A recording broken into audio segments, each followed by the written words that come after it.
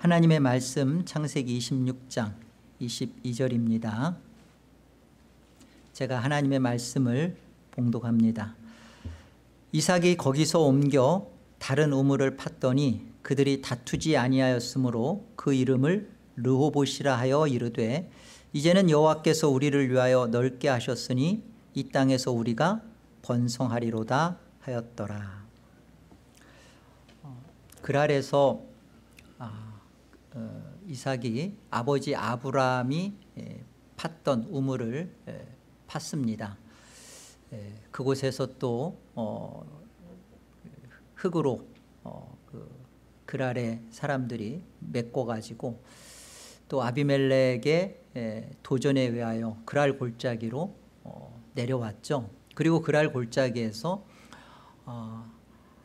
아버지 아브라함이 했던 똑같은 행보를 걸으면서 또 그 우물을 팝니다. 언약의 우물이에요. 아버지가 불렀던 그 이름의 우물을 팝니다. 흙으로 메꾸죠. 그래서 이삭은 또다시 그 골짜기에서 우물을 또 팝니다.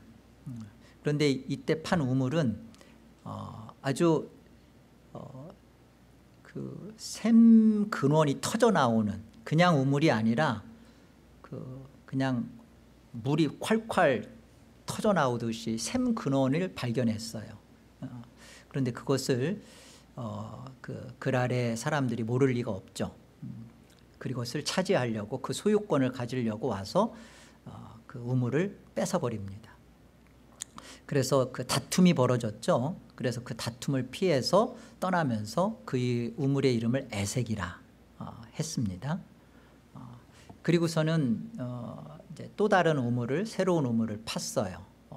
그리고 그 판 우물의 그 이름을 신나라. 또 와서 대적하니까 그 신나라 이름 지었죠. 그리고 오늘 본문 이제 22절입니다. 다시 또 이삭은 다툼과 시기와 적개심을 뒤로하고 거기에 함몰되어서 감정을 소비하지 않고 또 다른 새로운 우물을 팔고자 거주지를 옮겨서 그 고랄 골짜기에 또 다른 우물을 팝니다. 그리고 그 판 우물의 이름을 이제 르호봇이다 이렇게 부르죠. 그 이름을 르호봇이라는 뜻은요, 그 장소가 넓다. 그 다음에 그 넓은 공간이에요. 그 영어로는 룸이죠. 공간이에요. 그런데 공간이 넉넉한 공간입니다. 그게 르호봇이라는 뜻이에요. 하나님이 숨 쉴 터전, 넓은 생명의 공간을 열어주셨다라는 그런 그 이름으로 르호봇이라 이렇게 이름을 붙였습니다. 22절 우리 같이 다시 한번 볼까요? 이삭이 거기서 옮겨 그 에색과 신나의 그 거주지에서 옮겨 다른 우물을 팠더니 그들이 다투지 아니하였으므로 그 이름을 르호봇이라. 이제 쫓겨나갈 일이 없는 거죠. 이제 하나님이 내게 이제 넓은 생명의 공간을 열어주셨고 이제 숨을 쉴 수 있겠구나. 그래서 이제 이름을 르호봇이라 했단 말이에요. 그러면서 이제는 여호와께서 우리를 위하여 넓게 하셨으니 이 땅에서 우리가 번성하리로다. 이렇게 이삭이 고백을 합니다. 자, 오늘 말씀의 제목이 르호봇의 복이에요. 르호봇의 복이 뭐냐? 결론부터 온유가 가져다주는 축복입니다. 르호봇의 복은 그 온유의 열매예요. 온유가 가져다주는 복이에요.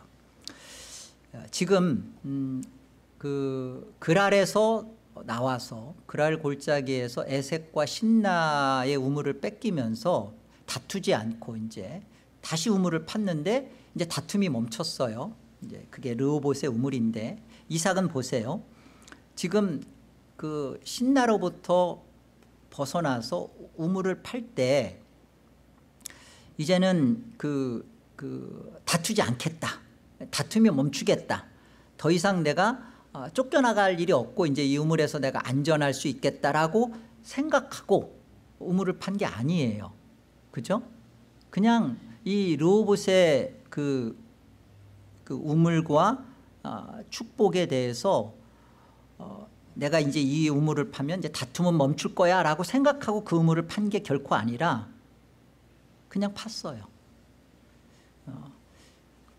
그런데 보니까 이 우물을 사실은 파고 나서 보니까 이제 다툼이 멈추게 된 거죠. 그러니까 우물에 축복과 은총이 있음을 알고 우물을 판 게 아니라 이미 보세요. 이미 넓혀져 있는 이삭의 마음을 가지고 우물을 판 겁니다. 이게 르호봇 우물이에요. 그러니까 이미 넉넉한 공간을 이삭이 갖고 있는 거예요. 그게 르호봇입니다. 넉넉한 공간을 갖고 판 새 우물이에요. 그러니까 르호봇은 은혜의 공간, 복음의 공간, 이걸 말해요. 그러니까 그것을 우리가 성경적 그 용어로 보면 그게 온유죠. 온유라는 것은 이미 내 안에 스페이스가 넓어져 있는 거예요. 생명의 스페이스, 은혜의 스페이스, 이 공간이 넓혀져 있는 겁니다. 그래서 내가 이제 이 우물을 파면 안 뺏길 거야가 아니라 이미 넓혀져 있는 마음으로 파는 겁니다. 또 와서 소유권을 주장하면 네, 주고 떠날 요양이에요.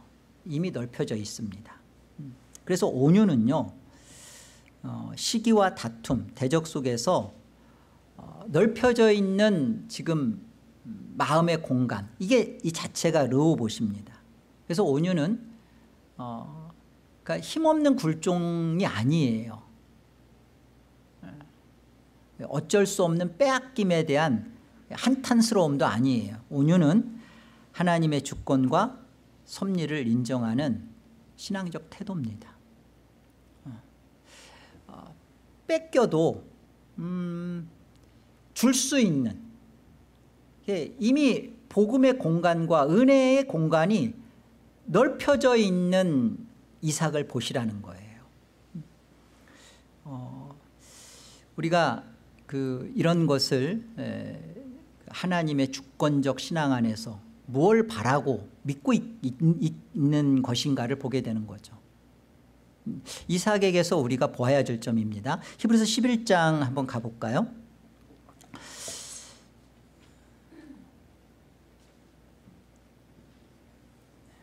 히브리서 11장 1절을 한번 보세요. 여기 보시면 믿음은 바라는 것들의 실상이요 보이지 않는 것들의 증거다, 그렇게 되어 있죠. 예. 여러분, 여기서 많은 사람들이 믿음은 바라는 것들의 실상이다 그러니까 바라는 것을 자기 나름대로 규정을 해요. 내가 이걸 바라지, 이거 바라니까 내가 이걸 간절히 바라고 이걸 믿으면 그대로 이루어지는 거구나 라고 생각해요. 이건 성경에 대한 곡해죠. 히브리서 11장은 그 앞에 1장부터 10장이 있어요. 다 아시죠? 근데 1장부터 10장의 내용은 예수 그리스도를 설명합니다.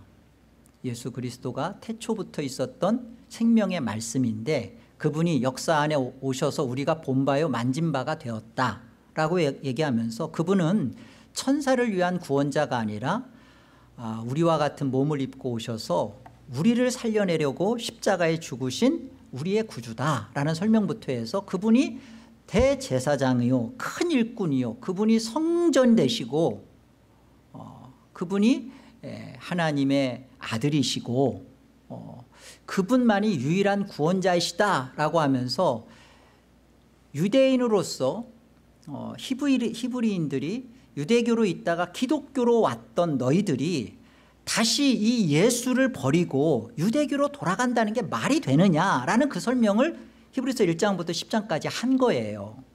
그리고 11장이 믿음은 바라는 것들의 실상이에요. 그 바라는 게 뭐라는 거예요? 예수 그리스도라는 거예요. 그리고 예수 그리스도에 두신 언약, 이것의 실상이라는 거예요. 그러면서 믿음의 족장들의 얘기를 쭉 다루죠. 그 아브라함의 믿음, 아브라함의 믿음, 그 본향 찾는 믿음, 이삭을 번제단에 드린 믿음, 그런 믿음, 야곱 축복의 믿음, 모세 바로의 공주라는 그 아들의 칭함을 거절하고 그 자기 백성들과 함께 고난에 참여하는 그런 믿음, 다 그런 믿음들에 대한 설명을 쭉 하는데 이삭의 믿음을 이렇게 설명해요. 딱 한 줄입니다. 20절 보세요. 믿음으로, 그러니까 이것이 바로 그 이삭에게 있어서 바라는 것, 예수 그리스도가 실상이 됐다라는 증거를 설명하는 거예요. 믿음으로 이삭은 장차 있을 일에 대하여 야곱과 에서에게 축복하였다. 이 한마디예요. 그러니까 야곱과 에서에게 축복한 것이, 그게 성경에서는 뭐라고 증거하는 겁니까? 하나님의 주권을 가지고 야곱과 에서에 대하여 하나님의 뜻을 그대로 드러냈다는 겁니다. 예수 그리스도에 대한 그 믿음, 그리고 그 예수 그리스도에 두신 장자의 언약, 그 언약을 그대로 이삭이 했다는 거예요. 사실은 이삭은 눈이 어두워서 정말 자기 생각대로 하려고 했죠. 근데 하나님이 개입하시고 간섭하셔서 결국 이 믿음, 하나님의 주권이 정한 바대로 축복하게 됐죠. 성경이 말하는 거예요. 예수 그리스도를 통한 믿음. 정말 이삭에게서 우리는 창세기에서는 그 자체가 보여지지 않지만 결국 이삭은 바로 이 하나님의 주권 아래서 이루어지는, 장자로 이루어지는 예수 그리스도의 그 언약적 믿음을 에서와 야곱에게 분명하게 구별하여 축복했다는 말입니다. 예수 그리스도를 바라보며 행한 주권적 신앙을 성경은 이삭의 믿음이라 한다는 거예요. 그렇다면 보세요. 오늘 그 이삭에게서 믿음을 갖고 있는 이런 이삭에게서 오늘 나타나는 그런 이미 넓혀져 있는 공간, 에색과 신나, 그리고 또 다른 우물을 판 느봇에서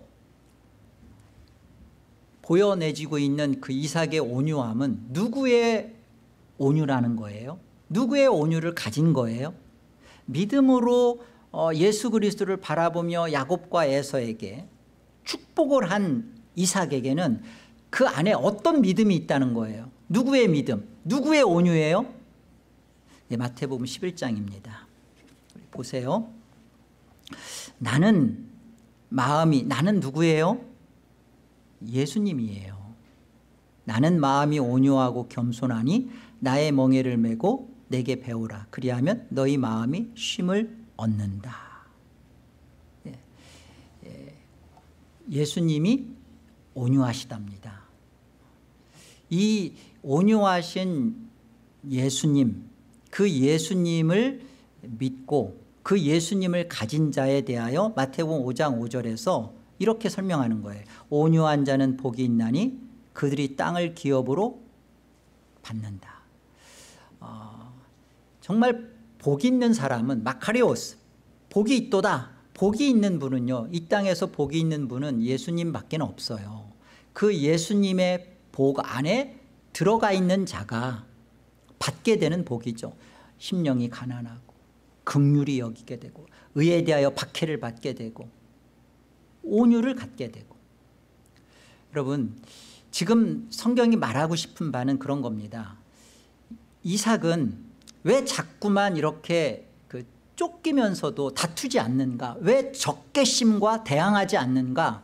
그리고 르호봇까지 가면서 이미 넓은 공간, 그 안에 왜 공간이 이렇게 넓혀져 있는가? 도대체 이삭은 그 자신의 성품인가? 아니면 믿음으로 그리스도를 바라보고 있는가? 답은 2번이라고요. 이삭의 개인적인 어떠함, 그의 성품에 대한 설명이 결코 아니라고요. 이삭에게 예수 그리스도를 바라보고 있구나. 이삭은 그것으로 인하여 자신 안에 계속 쫓기고 억울함을 당해도 놓을 수 있고 떠날 수 있었구나. 그리고 새로운 것에 집중하고 몰두할 수가 있었구나. 이것은 성격의 문제가 아니라 믿음의 문제였구나. 첫 번째 메시지를 우리가 놓쳐서는 안 됩니다. 갈라디아서 5장을 보세요. 오직 성령의 열매는 사랑과 희락과 화평과 오래 참음과 자비와 양성과 충성과 온유와 절제니 이 같은 것을 금지할 법이 없느니라. 그리스도 예수의 사람들은 육체와 함께 그 정욕과 탐심을 십자가에 못 박았느니라. 여러분, 이 나와지는 성령의 9가지 열매는요, 그 하나의 열매입니다.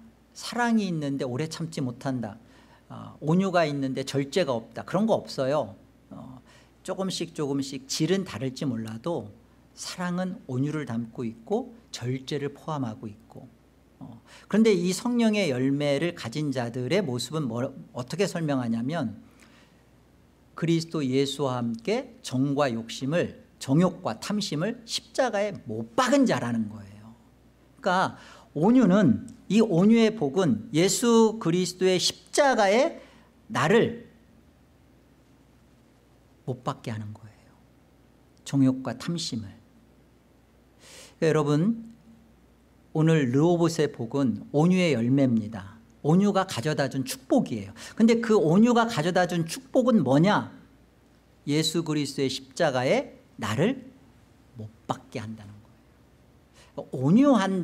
온유한 자라는 것은 성품적으로 저 사람은 정말 부들부들해, 참 온유해. 예, 그것은 인간적일 수 있어요. 그러나 성경에서 말하는 온유를 가진 자는 누구냐? 온유의 복을 누리고 있는 자는 누구냐? 자신을 그리스도의 십자가에 못 박은 자라는 거예요. 이게 온유예요. 이게 온유의 복을 지금 갖고 있는 겁니다. 자, 그렇다면 우리가 지금 같이 이 아침에 생각해 볼 것은 도대체 그렇다면 예수 그리스도의 십자가에 나를 못 박는다는 말의 정확한 의미는 뭐냐? 도대체 십자가에 못 박는다 한다는데 그 뭘 어떻게 하는 게 십자가에 못 박는 것인가? 오늘 이삭의 본문을 통해서 우리가 알려주시고 깨닫게 돼야 될 것은 이거예요. 십자가에 나를 못 박는다는 것은요, 과거에 매여 있지 않는다는 거예요. 여러분, 십자가에 나를 못 박을 때 벌어지는 일이 뭐냐면 우리 안에 내 안에 있는 죄를 예수 그리스도께서 십자가에 못을 박았습니다. 그러니까 나의 죄도 거기에 못 박힌 거예요. 우리가 나의 죄책이 거기서 끝났습니다. 그렇기 때문에 우리 안에 죄책감이 있는 것은, 길티 필링이 있는 것은 이제는 우리 안에 회개할 문제예요. 회개하고 하나님 앞에 은혜를 입으면 되는 문제예요. 그런데 이 죄책감을 가지고 여전히 시달리는 것은 그건 죄예요. 십자가에 나를 못 박았다. 그렇다면 이제 이전에 벌어졌던 나의 과거에 내가 매여서 질질 끌려다니면서 거기에 사로잡혀 있지 않는다라는 뜻입니다. 매여 살지 않는다는 거예요. 십자가에 나를 못 박았다 말의 정확한 의미를 우리가 붙드셔야 돼요. 신앙생활을 하면서 우리는 다 예수님을 영접받고 예수 그리스도와 함께 못 박혔고 중생을 가졌고 새로운 생명을 얻었다라는 고백을 하는데, 실질적으로 그럼 예수님과 함께 죽었고 예수님과 함께 살았다라고 할 때 당신은 예수님과 함께 죽었다라는 말에 정확한 삶을 살고 있어야 되지 않겠어요? 세상 일을 가지고 밤잠을 이루지 못하는 것은 십자가의 나를 못 박은 게 아닌 거예요. 하나님 나라와 교회와 나의 영적인 성장을 가지고 금식하며 기도하며 하나님께 철야로 울부짖고 그래서 밤잠을 설치는 것은 옳습니다. 그런데요, 세상의 것, 집을 잃어버린 것, 그때 투자를 해서 그 투자 때문에 손해를 본 것, 그래서 어떻게든지 이 투자를 어떻게 다시 해서 회복시키는 것, 어떻게 하면 될까요? 거기에 어떻게 해야 되느냐. 그 하루에 밤새 그냥 집을 몇 채를 졌다 부셨다 하죠. 그리고 눈 뜨자마자 그냥 스크린에 앉아가지고 주식을 살펴보고 막 눈이 뻘개가지고 밤에 잠도 못 잤죠. 아침에 일어나서 또 주식 보니까 눈도 또 시펄거려지죠. 그리고 막 소송에, 성경이 왜 우리가 교회가 소송에 휘말리지 말라고 하는지 아세요? 너희가 옳으니까 교회는 소송하고 싶단 말이에요. 하나님이 너희를 안다는 거죠. 근데 막 소송을 해서, 법정 소송을 해서 자신의 잃어버린 명예와 자존심과 잃어버린 돈을 찾으려고 하는 그런 일에 그냥 막 교회가 몰두하고 막 사람, 여러분 불쌍한 겁니다. 사람 문제 때문에 여러분이 그 사람의 영혼 때문에 기도하면서 잠을 이루지 못하는 것은 있어야 돼요. 그러나 그 사람과의 감정 때문에 그 사람을 생각하면서 미워하며 그러면서 밤잠을 이루지 못하는 것은 불쌍한 거라고요. 어리석은 거라고요. 십자가에 나를 못 박았는가를 돌아보셔야 돼요. 이게 십자가를 못 박는다는 의미입니다. 오늘 본문 가지고 르호봇의 복에 대하여 두 가지, 르호봇의 복을 누리는 두 가지를 오늘 말씀이 설명하고 있어요. 그 두 가지를 살펴보겠습니다. 오늘 본문 22절을 이렇게 하반절을 보시면 그 이름을 르호봇이라고 하면서 이르되, 이삭의 고백이죠. 이제는 여호와께서 우리를 위하여 넓게 하셨다.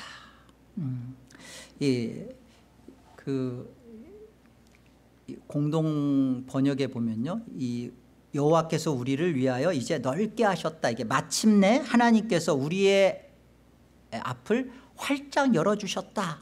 이렇게 번역했어요. 이런 거죠. 르호봇의 복을 지금, 그러니까 온유의 축복, 예수 그리스도를 가지고 예수 그리스도를 바라보며 그 예수 그리스도 안에 있게 된 이삭이 지금 르호봇의 우물을 통하여 경험하고 받게 되는 축복이 뭐냐면 이런 거예요. 지금 고백처럼 이런 거였구나. 하나님께서 이것 때문에 나를 이렇게 어려움 속을 겪게 하고 이렇게 나를 이끄셨구나. 나를 참 이렇게 하셨구나. 그때 당시에는 그게 억울하고 억장이 무너지고 그런데 그러나 이해가 안 되지만 하나님 보고 달려왔더니 결국 르호봇이라는 선물을 하나님이 주셨구나, 주시는구나.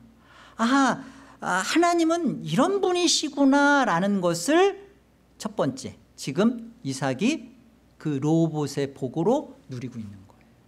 하나님을 경험한 거죠. 하나님을 누가 의지합니까? 하나님을 의지케 된 사람은 어떤 사람이에요?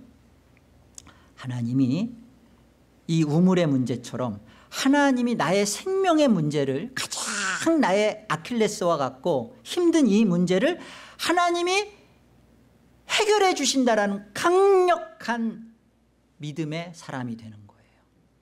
그러니까 문제가 두렵지 않은 거예요. 지금 내 앞에 있는 문제, 지금 이삭이 하나님이 이제 나의 앞길을 활짝 열어놓으셨다, 자리를 마련해 주셨다, 하나님이 이제는 우리를 위하여 넓게 이곳에 터전을 자리 잡게 해주셨구나 라는 이 고백은요, 하나님이 자신의 문제, 자기가 싸우지 못했어요. 하나님을 의지했어요. 넓혀준 마음 때문에 예수를 바라보는 그 넓은 마음, 온유의 마음을 가지고 양보했어요. 여유 있게 내놨어요. 그런데 하나님께서 그 속에 주신 게 뭐냐면, 하나님을 붙들었을 때 하나님이 나의 문제를 해결해 주시고 나의 문제에 대하여 함께 해 주셨고, 그리고 이런 것을 주시려고 했던 하나님이었구나라는 그 하나님 자체를 강력하게 믿게 됐다는 거예요. 이게 우물을 빼앗겼지만 우물을 통하여 하나님을 얻게 된 복이죠. 우리는 세상을 살면서 내가 그때 의사가 됐어야 돼, 내가 그때 판사가 됐어야 돼, 내가 그때 그것에 투자를 했어야 돼. 근데 하나님이 왜 그것에 대해서 브레이크를 걸고 왜 나를 돌게 했을까? 왜 나를 억울하게, 미련하게, 어리석게, 눈을 감게, 양보하게, 뺏기게, 놓치게 했을까? 하나님을 의지하는 사람 만든 거죠. 그래서 내가 내 문제를 해결해가는 자수성가, 자기의 성취를 이루는 자아의 사람이 아니라 예수의 사람으로 나를 만드셨죠. 여러분, 이게 이 땅에 두신 우리의 궁극적인 목적입니다. 우리가 대단한 사람, 탁월한 사람 하나님 만들지 않아요. 하나님을 붙드는 사람, 하나님에게 붙들려져서 하나님이 쓰시려는 일에 하나님의 뜻에 동의하며 하나님께 사용되어질 수 있는 강력한 믿음의 사람, 가장 큰 축복입니다. 르호봇의 복을 누리는 첫 번째 모습이에요. 신실하신 하나님이 나와 내 인생의 주인이 되시고 주어가 된 복의 누림을 갖고 있는 거예요. 하나님의 목적은 여기에 있어요. 저와 여러분의 잘 먹고 잘 쌈에 있는 게 아니라 우리에게 있어서 하나님을 실제로 믿고 그 하나님을 인하여서 우리의 현실의 문제에 대하여 두려워하지 않을 뿐만 아니라 이 문제 속에서 강력하게 하나님을 의지하고 붙들고 찬미와 영광을 돌려드리는 그런 사람으로 우리를 구별시켜 놓은 겁니다. 이사야서 12장을 보세요.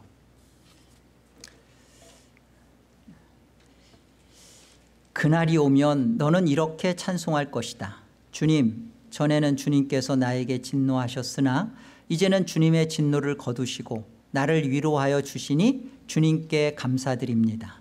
하나님은 나의 구원이시다. 나는 주님을 의지한다. 나에게 두려움 없다. 주 하나님은 나의 힘, 나의 노래, 나의 구원이시다. 너희가 구원의 우물에서 기쁨으로 물을 기를 것이다. 그날이 오면 너희는 또 이렇게 찬송할 것이다. 주님께 감사하여라. 그의 이름을 불러라. 그가 하신 일을 만민에게 알리며 그의 높은 이름을 선포하여라. 주님께서 영광스러운 일을 하셨으니 주님을 찬송하여라. 이것을 온 세계에 알려라. 시온의 주민아, 소리를 높여서 노래하여라. 너희 가운데 계시는 이스라엘의 거룩하신 분은 참으로 위대하시다. 지금 이사야를 통한 이 예언의 말씀은요, 이스라엘아, 하나님의 자녀야, 너희가 바벨론 포로로 끌려간다는 거예요. 끌려갔던 너희가 다시 돌아온다는 겁니다. 너희를 포로로 붙이신 이가 너희를, 하나님이 너희를 구원자로 들어 사용할 고레스를 통해서, 이방 왕 고레스를 통해서 너희가 아무것도 못했지만, 나올 수 없었지만 너희를 돌아오게 하신다는 거예요. 자, 그날이 오면, 그날이 언제예요? 회복의 날입니다. 돌아오는 날이에요. 하나님이 우리의 구원을 위하여, 이스라엘의 구원을 위하여, 이스라엘이 자기 힘을 가지고 살았어요. 자기의 실력을 믿고 살았어요. 그리고 언약궤 붙들면서 우상으로 삼았어요.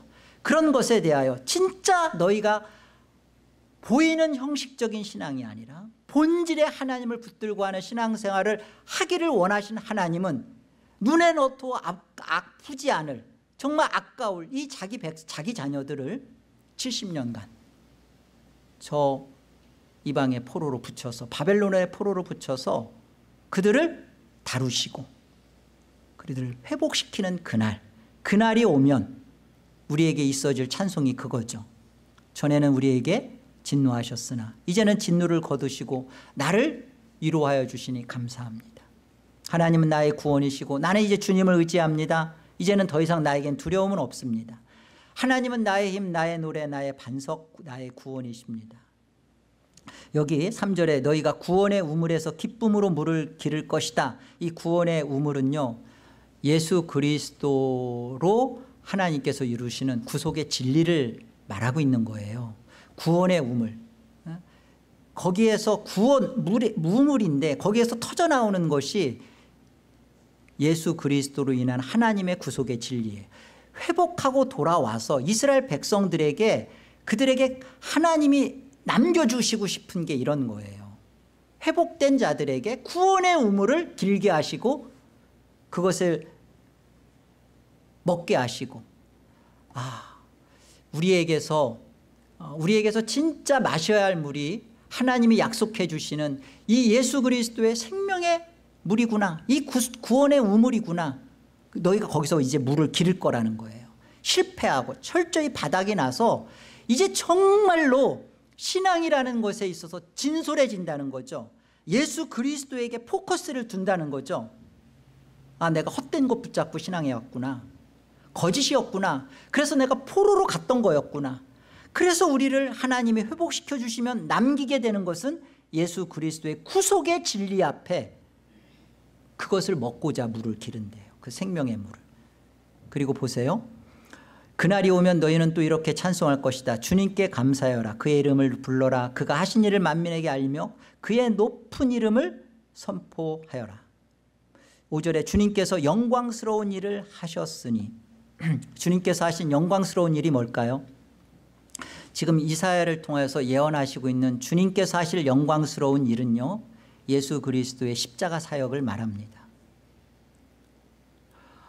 지금 이 바벨론으로 갔던 이들을 돌아오게 한 하나님께서 능력이, 내가 너희를 갔지만 돌아오게 할 수 있는 능력이 있어, 이거 보이려는 게 아니에요. 주님께서 하신 영광스러운 일은 뭐냐면 자기 백성의 구원자가 되시는 겁니다. 자기 백성들의 죄를 위하여 근본적으로 죽으시고 그들을 구원해 내시는 일이에요. 그래서 이것을 개역개정에서는 극히 아름다우신 일이라고 번역했어요. 극히 아름다우신 일이라고. 6절에 시온의 주민아 소리를 높여서 노래하여라. 너희 가운데 계시는 이스라엘의 거룩하신 분은 참으로 위대하시다. 시온의 주민이 누굽니까? 예수 그리스도의 십자가에 나를 못 박은 자들을 시온의 주민이라 하는 겁니다. 성도예요. 돌아온 자. 돌아온 자라는 것은 다른 게 아니라, 이게 남은 자인데요, 다른 게 아니라 이제는 더 이상 자기의 인생에 있어서 자기가 주인 되어서 살았던 것에서 죽은 자고요. 돌아온 자는 하나님이 주어가 됐고, 그리고 예수 그리스도 앞에 자신이 죽고 오직 예수 그리스도의 십자가의 소망을 맛보게 된 자예요. 이게 시온의 주민입니다. 언약 가운데 예수 그리스도의 십자가로 일하시는 실수가 없으신 하나님을 소리를 높여서 노래하고, 너희 가운데 일하신 이 거룩하신 이스라엘의 이 실수 없으신 하나님은 참으로 위대하시다. 이사야를 통하여서 정말 지금 그 히스기야 왕 때 그 이사야를 통해서 이 벌어질 일에 대하여 하나님이 다루시고 싶은 것은 정말 우리 안에 있어지는 신앙이라는 것이 예수 그리스도를 먹고 마시는 문제, 예수 그리스도를 가졌을 때 우리 안에서 어떠한 이 놀라운 부유함이 나타나는지, 다른 거 아니에요. 내 안에서 하나님을 갖게 되고요, 하나님이 강력해지고요, 하나님이 내 안에서 위대한 일을 하고 계시는 것에 대해서 사로잡히게 되고요, 하나님 때문에 두렵지 않고요, 그 하나님으로 인하여서 이 벌어질 자신의 문제에 대하여 더 이상 안절부절하지 않는 인생이 되는 겁니다. 하나님은 거기에서 영광을 받으세요. 내 새끼들이 세상의 그 썩어질 것에 매여 살거나, 그리고 세상에 이미 사로잡힌 이 거짓의 아비인 마귀에게 끌려다니지 아니하고 이루어진 승리를 가지고 하나님의 영광을 선포하며 믿음으로 살고 있고, 문제가 더 이상 문제가 아닌 인생으로 하나님의 행하시는 일 앞에 아멘하며 하나님의 아름다운 일, 내 안에서 예수 그리스도가 왕성해지고 내 안에서 예수 그리스도의 생명이 터져나오는 일에 하나님이 나를 붙들고 있고 나에게 하나님과 함께하는 인생을 살게 하시는구나라는 것에 대하여 찬양하는 인생으로 우리를 구별시켰단 말이에요. 우리 인생은 다릅니다. 하나님은 우리를 강력하게 사용하시고요, 하나님은 우리 인생을 통하여 영광을 받고자 하세요. 르호봇의 우물을 주신 것은 여러분 기억하세요. 이제 고생 끝에 낙이 온다, 이제는 고생 끝났다, 르호봇의 우물에서 이제 됐다. 여러분, 메시지는 거기에 있는 게 아니라 고난과 시련 속에는 하나님의 극히 선하시고 아름다우신 일하심이 있다라는 것을 보라는 거예요. 나에게 이런 왜 아픔이 있었지, 지옥과 같이 죽고 싶은, 여러분 성도는요 지옥에서 건짐을 받은 자예요. 그래서 지옥처럼 살면 안 돼요. 그런데 우리가 지옥과 같은 삶을 지금 살고 있는 그런 모습 속에서 우리 안에 하나님이 우리 안에 은혜를 주시고 기쁨을 주시는 것은 그거예요. 지옥과 같은 현실 속에 있지만 너는 지옥 속에 있지 않다는 거예요. 이 지옥을 통하여, 이 저녁을 통하여, 혼돈과 공허와 흑암을 통하여 아침을 이루시게 하시는 하나님을 우리에게 붙들게 하시고 알게 하시고 그 하나님을 갖게 하시려는 하나님의 만군의 여호와의 열심이라고요. 우리 안에서 행하시는 이런 걸 통하여서 우리는 하나님을, 내일 아침에 해가 이렇게 문학적 표현이죠, 해가 서쪽에서 떠도, 동쪽이 아닌 서쪽에서 떠도 하나님은 나를 사랑하시며 나에 대하여 아름다우신 일을 이루고 있다는 것에 나 의심하지 않아. 세상이 두쪽나도 하나님은 내 편이셔 라는 것에 대하여 갖게 되는 믿음, 하나님과 나만이 갖는 이 신실한 믿음의 삶, 하나님 그거 이루시려고 한다고요. 이것이 성도입니다. 성도는요, 기억하세요, 십자가에 예수와 함께 나를 못 박은 자입니다. 그래서 성도는 지나온 것, 지나가고 있는 것에 대하여 연연하지 않습니다. 앞으로 다가올 게 더 크다, 이 일을 이루실 하나님을 믿는 자입니다. 이게 첫 번째 르호봇의 복의 누림이에요. 두 번째 르호봇의 복의 누림은요, 22절 맨 마지막 부분에 있어요.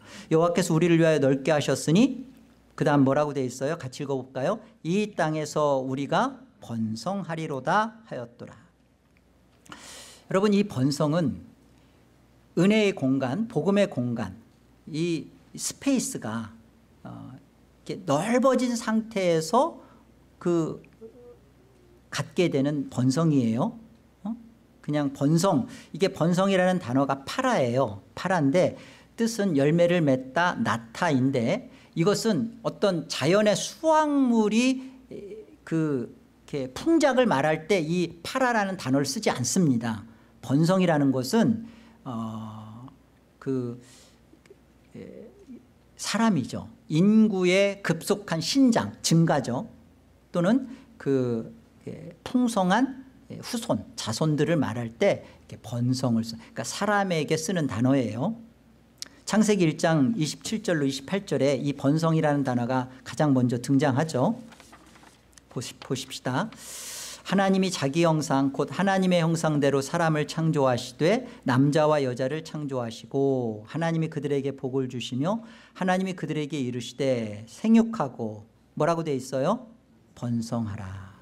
여기 이제 이 번성이라는 단어를 쓰는데요, 하나님이 자기 형상대로 사람을 만드셨고 그 형상을 잃어버리게 된 것이 타락이고 죄입니다.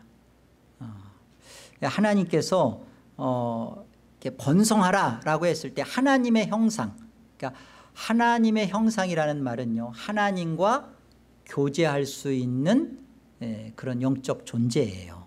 하나님과 인격적 교제를 나눌 수 있는 자들로 하나님은 번성하도록 하셨습니다. 그러니까 지금 이 번성이라는 것은, 성경에서 나타날 때 이 번성이라는 것은 다만 그냥 사람의 숫자가 막 많아지는 것만을 의미하지 않고 하나님의 형상의 회복과 관련되어 있어요. 하나님의 나라의 백성을 이루심에 있어서의 번성이에요. 여러분, 애굽의 종살이가 이제 400년 또 430년이잖아요. 애굽의 430년 70명의 야곱의 아들들이 같이 내려가서 430년 동안 몇 명을 이루죠? 나올 때 장정이 60만이라고 돼 있죠. 그러니까 전체 도합하면 어림 잡아서 한 200만의 그 인구가 430년 동안 만들어집니다. 근데 이 430년 동안 처음 요셉이 있었을 때는 괜찮았지만 왕이 죽고 나서는 그 다음부터는 나머지 진짜 400여 년 동안요, 이스라엘은요 종살이를 해요. 비참한 생활을 합니다. 그리고 거의 모세가 일할 그 끝자락에 가서는 정말 집도 안 주고 벽돌 찍어내라고 하고 막 고통이 하늘을 찌렀잖아요. 그런데 하나님은 종살이로 이스라엘 백성을 400년 동안 묶어놨다고요. 왜요? 고대 근동에서는요, 종은 전쟁에 참여하지 않아요. 전쟁에 참여하지 않도록 종으로 해서 하나님의 자기 백성을, 하나님 나라를 이룰 백성을 거기서 잉태시키고 만들어내시죠. 그러니까 하나님의 나라의 백성을 만들기 위한 하나님의 프로젝트가 430년, 400년 어간 동안에 있었던 번성이라고요. 지금 이삭이 고백하잖아요. 이 땅에서 이제 우리가 번성하리로다. 그러니까 여기서 이제는 어떻게 하겠다는 거예요? 성경이 정말 말하고 싶은 게 뭐예요? 우리가 여기서 이제 자손 내리고 뿌리 내리고 막 잘 이렇게 하나님의 사람으로서 하나님의 나라를 이루어가는 그런 모습으로서의 번성을 성경은 끌고 가고 있어요. 결국 보겠지만 이 르호봇에서 이삭은 안주하지 않고 브엘세바로 올라갑니다. 여러분, 하나님 나라 안에서 이루어지는 번성을 놓치지 마세요. 역대상을 보면 역대상은요, 처음 시작을 족보로 시작해요. 역대상은 어떤 책이냐면 포로로 70년간 끌려갔던 이스라엘 백성들이 돌아왔을 때 이제 너희들의 정체성이 뭐냐? 우리는 종이냐? 우리는 포로살이 했던 아무것도 아닌, 그렇지 않다. 너희는 아브라함의 자손이고 너희는 아담의 계보부터 해서 하나님이 복으로 구별시킨 하나님 나라의 백성이다 라고 시작을 합니다. 역대상 1장부터. 그리고 역대상 4장에 우리가 알고 있는 그 야베스의 기도 내지는 야베스의 축복이라는 내용을 담고 있는 이 역대사 4장은요, 그 시작이 유다의 족보로부터 설명하면서 지금 이 10절에 이르게 돼요. 한번 보세요. 역대상 4장 9절 볼까요? 야베스는 그의 형제보다 귀중한 자라. 그의 어머니가 이름하여 이르되 야베스라 하였으니 이는 내가 수고로이 낳았다 함이었더라. 야베스가 이스라엘 하나님께 아뢰어 이르되 주께서 내게 복을 주시려거든 나의 지역을 넓히시고 주의 손으로 나를 도우사 나로 환난을 벗어나 내게 근심이 없게 하옵소서 하였더니 하나님이 그가 구하는 것을 허락하셨더라. 여러분 어때요? 한때 이 야베스의 기도라고 해서 베스트셀러가 되고 많은 기독교인들이 이 야베스의 축복 이렇게 찬양도 불러서 부르고 야베스, 이렇게 번성의 의미를 이렇게 생각했단 말이죠. 근데 이 야베스는 유다의 그 족보 속에서 드고야의 아버지 아수울의 자손으로 나와요. 자, 그렇다면 이 야베스가 이 본문에서 의미하는 바는요, 틀림없이 유다 자손 속에서 예수 그리스도가 오셔야 합니다. 이 야베스는요, 가장 대표적으로 고통의 아들이라는 뜻이에요. 야흐베츠라는 뜻인데 그 고통의 아들, 십자가에서 죽으시는 고난을 겪으시는 예수 그리스도를 예표하는 인물입니다. 성경이 다 예수 그리스도, 예수 그리스도예요. 여기 귀중한 자라 그렇게 되어 있죠. 보세요. 야베스는 그의 형제보다 귀중한 자라, 이 카바드인데요, 귀중한 자라는 뜻은 영광스러운 자, 그리고 또는 무거운 짐을 감당하는 자라는 뜻이에요. 9절 다시 보세요. 야베스는 그의 형제보다 귀중한 자라. 그의 어머니가 이름하여 이르되 야베스라 하였으니 이는 내가 수고로이 낳았다 함이었더라. 그가 무거운 자요, 무거운 짐을 진 자요, 영광스러운 자가 된 뜻이 뭐냐면 그의 어머니가 수고로이 낳았대요. 어머니가 고통을 겪으며 낳았고 자랄 때도 그 자식을 보면서 고통을 느꼈다는 거예요. 이게 뭐죠?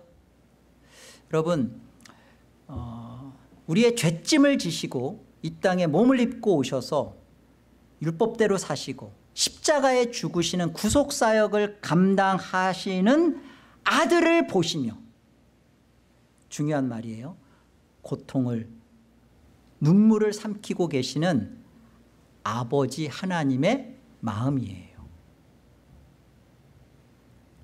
아버지 하나님께서 예수 그리스도의 십자가의 죽음 속에 엘리 엘리 라바 사박다리 하는 것을 외면하시는 그 아버지의 마음, 고통, 내가 수고로이 낳았다.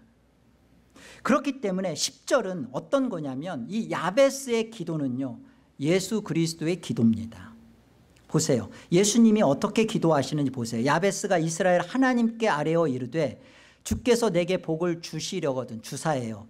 주께서 내게 복을 주사 나의 지경을, 나를 넓혀주시고 나의 지경을 확장시켜 주시고 주의 손으로 나를 도우사 나로 악에서예요, 악에서 벗어나 내게 근심이 없게 하옵소서. 예수라는 뜻이 뭐죠? 자기 백성을 그들의 죄에서 구원할 자다. 그러니까 자기 백성을 그들의 죄에서 구원할 자의 기도입니다. 아버지여, 나의 지경을 넓혀주시고 나에게서, 환난에서, 악에서 벗어나게 하시고 주의 손으로 나를 도우사 내게 더 이상 근심이 없도록. 그러니까 인간적으로요, 하나님 앞에 이렇게 기도해서 야베스의 축복을, 그래서 잘 먹고 잘 살고 잘 되는 나, 형통하는 나, 그런 소유적 존재로서의 축복을 붙잡고 야베스의 기도가 있는 게 아니라 이 야베스의 번성은 예수 그리스도의 그 존귀함, 십자가를 지는 그 아들의 무거움 감당하는 것을 보시며 아버지 하나님께서 수고로이 그 고통으로 낳은 아들을 존귀한 자로 세우면서 그 아들의 기도를 받으시는 기도입니다. 아들의 기도를 받으시는 하나님의 응답이에요. 이것이 실망이 크죠. 야베스의 축복은 소유의 축복이어야 되는데 더 누려, 아니에요. 존재의 축복이라고요. 어떤 존재요? 예수 그리스도와 함께 십자가에 못 박힌 존재로서 예수 그리스도의 그 영광스러움, 그 무거움에 함께하는 기도를 하는 자예요. 지난 수요일 날 우리가 그거 배웠죠. 기독교 신앙은 소유적 신앙이 아니라 존재적 신앙이다. 기독교 신앙은, 기독교의 복은 소유적 복이 아니에요. 구약에서 재물과 자녀와 이런 것들을 통하여, 장수를 통하여서 설명하는 것은 예수 그리스도로 말미암는 영원한 하늘의 복을 예표해 주시고 설명해 주시는 것으로였습니다. 신약의 예수 그리스도께서 다 이루셨다람으로 말미암아 이제 우리는 장수면 장수, 북이면 북이, 돈이면 돈, 이 모든 것들은 이제는 하나님 앞에 청지기예요. 받은 바 하나님의 영광을 위하여 감당해야 될 십자가입니다. 아멘. 그래서 요한복음 16장을 보세요. 지금까지는 너희가 내 이름으로 아무것도 구하지 아니하였으나 구하라 그리하면 받으리니 너희 기쁨이 충만. 우리가 왜 기도하지 않았나요? 우리가 왜 끝에마다 예수님의 이름으로 기도했습니다 그러는데 왜 기도를 안 했다고 그러나요? 내 이름으로. 내 이름으로. 이 내 이름으로 뜻하는 게 뭐예요? 예수 그리스도와 함께 십자가에 못 박힌 소유가 아닌 존재로 예수 그리스도, 작은 예수가 된 자로 예수 그리스도의 영광스러운 무거움을 감당하는 자로서 내게 구하지 않았다는 거잖아요. 이제 구하라라는 거예요. 우리는 어마어마한 존재입니다. 마귀가 어쩔 수 없는 존재고요. 이미 지옥에서 나올 것뿐만 아니라 이미 이 땅에서 하나님 나라 천국을 갖고 누리고 사는 승리자의 삶이에요. 그런데 이곳에서 이 세상에 어떤 것을 지옥에 이미 놓고 가야 할 이 세상에서 이 세상은 다 멸해집니다. 그런데 이 멸해질 것에 어떤 것에 우리 그런 존재 아니라고요. 우리는 하나님의 영광을 살아가는 자고 우리만이 하나님의 뜻을 펼쳐 보일 수 있는 자이고 하나님의 살아 역사하심을 나를 통하여 일할 수 있게 하는 유일한 존재라고요. 이게 우리입니다. 그래서 요한복음 14장 너희가 내 이름으로 무엇을 구하든지 내가 행하리니 이는 아버지로 하여금 아들로 말미암아 영광을 받으시게 하려 함이라. 내 이름으로 무엇이든지 내게 구하면 내가 행하라. 왜요? 하나님께 영광이 되니까. 어떤 기도는 하나님이 예스 하시고 어떤 기도는 노 하시고 어떤 기도는 딜레이 하나님이 하시고 오케이 하세요. 그런데 하나님이 항상 예스, 항상 지체하지 않는 것은 아들이 아버지의 영광을 위하여 구했던 것처럼 야베스의 기도처럼 하나님의 영광을 위하여 기도하는 겁니다. 이 문제, 이 어려움, 하나님 제가 몸이 아파요. 하나님 제가 지금 너무 내 자신의 상황에서 급박해요. 이 문제를 아들이신 예수 그리스도와 함께 십자가에 못 박힌 존재로서 존재적 존재로서 하나님의 영광을 위하여 바꾸는 기도 제목으로 여러분이 하나님 앞에 나아가셔야 돼요. 그 기도 제목을 동기는 그런 기도 제목이지만 몸이 아픈 것 가지고 나아가지만 하나님 앞에 기도할 때 반드시 하나님이 자기 백성 속에서는 기도 제목을 바꾸십니다. 하나님의 영광으로. 하나님 이 자녀가 지금은 앞뒤 분별을 못해요. 그래서 하나님 정말로 이 자녀가 정신 차리게 해주세요. 그런데 하나님은 그 기도 제목을 바꾸시죠. 그에게서 하나님을 떠난 자의 혼돈과 흑암 속에서 아침을 맞이하게 하시고 하나님의 영광의 극히 아름다운 일을 맛보고 경험시키는 일에 하나님 그러한 일로 하나님의 영광이 되게 해 주십시오. 하나님 그 일로 하나님의 일을 이루시는 일에 나의 기도가 하나님 영광을 드러내기 원합니다. 기도가 하는데 그 일에 하나님이 딜레이 할까요? 지체하지 않고 하나님이 역사하시고 일하시죠. 르호봇의 복은 누가 누릴 수 있을까요? 르호봇의 복이 된 자가 누립니다. 르호봇의 복이 되지 않은 자가 지금 이 두 가지 복을 누릴 수가 없어요. 르호봇의 복은 누군가요? 오실 예수 그리스도, 나는 온유한 자라 하신 예수 그리스도를 바라보며 믿음으로 바라보며 그 예수 그리스도와 함께 자신의 주권, 자기의 주어인, 내가 내 인생의 주어라는 이 주인됨을 십자가에 못 박은 자가 르호봇의 복이 된 자예요.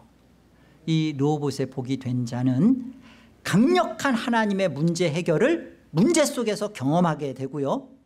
풀어주심을 또한 번성케 하시는 예수님의 영광의 기도에 참여하여 극히 아름다우신 하나님의 영광을 경험하게 되는 승리의 인생을 살게 되는 것입니다.